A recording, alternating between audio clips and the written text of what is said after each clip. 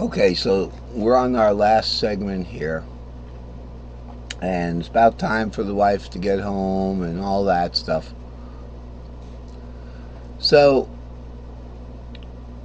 what it is you start on a shape. You're playing a C shape, okay? Your basic C shape. You want to go somewhere from there. Well, you could go to the A shape. Yeah, I mean, we're not making changes yet. Like, even if somebody went to an F from there.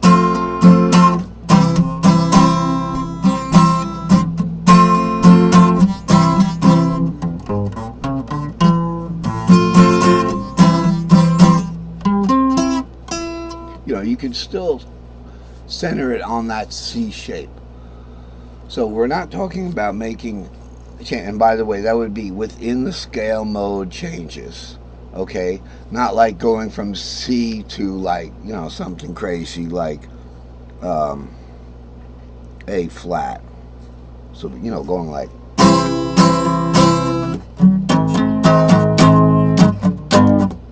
okay, because that's not even, even if it was in the key of E flat, which would have a relative minor of C minor, you wouldn't play a C major here. You'd want to be playing that C minor there, like that.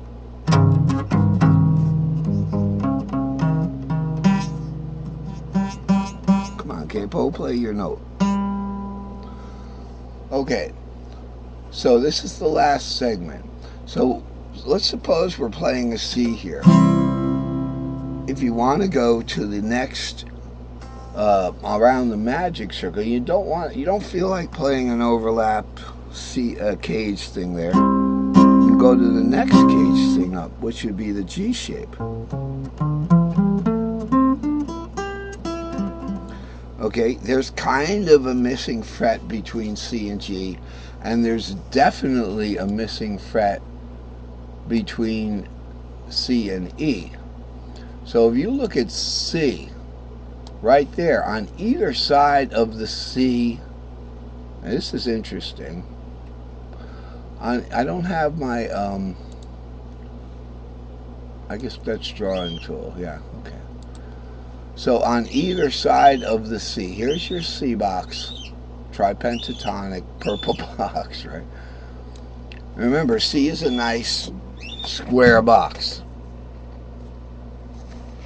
because that's the good thing about the open fret. So this would be your fret nut. On either side of that C here, we've got essentially a missing fret, except for the Lone Wolf 7, and I'll show you what the Lone Wolf 7 is. But you ain't going to play these guys unless you're doing something out of the scale. These guys are pretty much key of G flat notes like that, okay? All the black keys are the key of G flat pentatonic. All right, and the relative minor, that's E flat. So it'd be E flat, A flat, D flat, G flat, B flat. There's your third, and then on up to E flat again. So, except for what happened to this 7? You said that was in the scale. What's going on? Well, if you do a tripentatonic G-shaped root, C-shaped 4, D-shaped 5. Okay, let's start on the 6th. G-shaped root.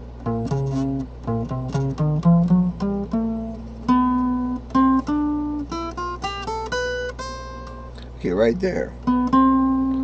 But in pentatonics, it would just be.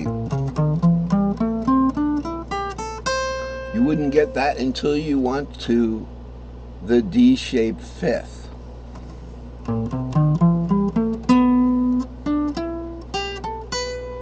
Because the 5th is the only major that hits the 7th.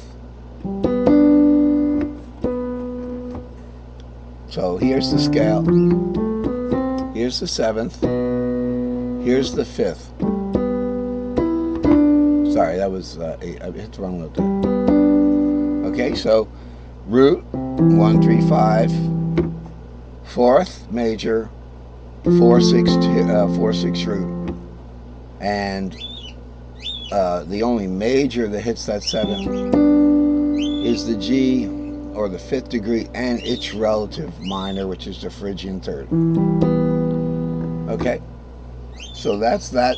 That's what that note is. All right, and it's going to be on the 5th shape, which is a D shape there. But when you put them all together, so you get a G shape coming down on a C shape, going back up on a G, on a D shape. Now I'm in trouble, right?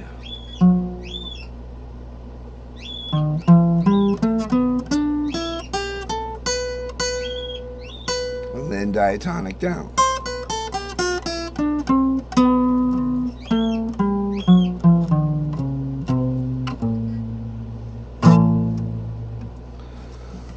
So that's where that Lone Wolf 7 comes from. But otherwise, jeepers, guys, we're looking at pretty much 2 missing frets.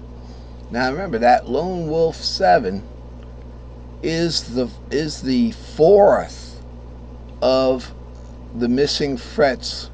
Okay, this is your missing fret, which is the magic fret of the G flat. So here's your G flat right here. Are we in square mode? Here's your G flat right here. Here's the magic fret for the G flat, key of G flat. So this is your tuning fret right here. So that's interesting. You know, so that 7th is the 4th of G flat. So here's G flat. 1, 2, 3, 4. There's your 7 right there. So, but in pentatonics, let's face it, folks, you've got 2 missing frets surrounding that C on either side. And that we find interesting, because if you don't want to do caged, okay, if you don't want to do caged, I'm thinking caged, I don't want to do C, A, G, E, D all the time. I want to go in 4ths. I want to go C to G shape, okay, or C to E shape. Well, let's look at it. I think this is the last thing we're going to cover here. Let's say we got this C shape here. Okay, missing fret on the bottom, E shape. Okay, C shape, missing fret on the top, G shape.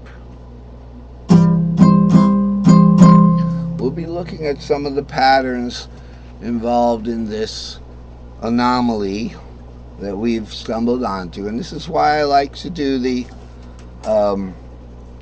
lessons with you, because I learn and then I focus on what we've kind of stumbled onto, and we'll be looking at some of the patterns involved with that in the next lesson. Also in the next lesson I have a chart I'm using. No, this looks like a commercial. Here's some old inlays that I made. I've since then improved it and colored the D purple and the A light blue. So that's good. Here's a little look at the new chart I'm working on, where we're going to be looking for connections with missing frets. So that's about it for today. Thanks for watching. And with the new YouTube and Facebook group that I started, you should be able to look at the link below here. It's in the description, and cut and paste or outline that link and hyperlink to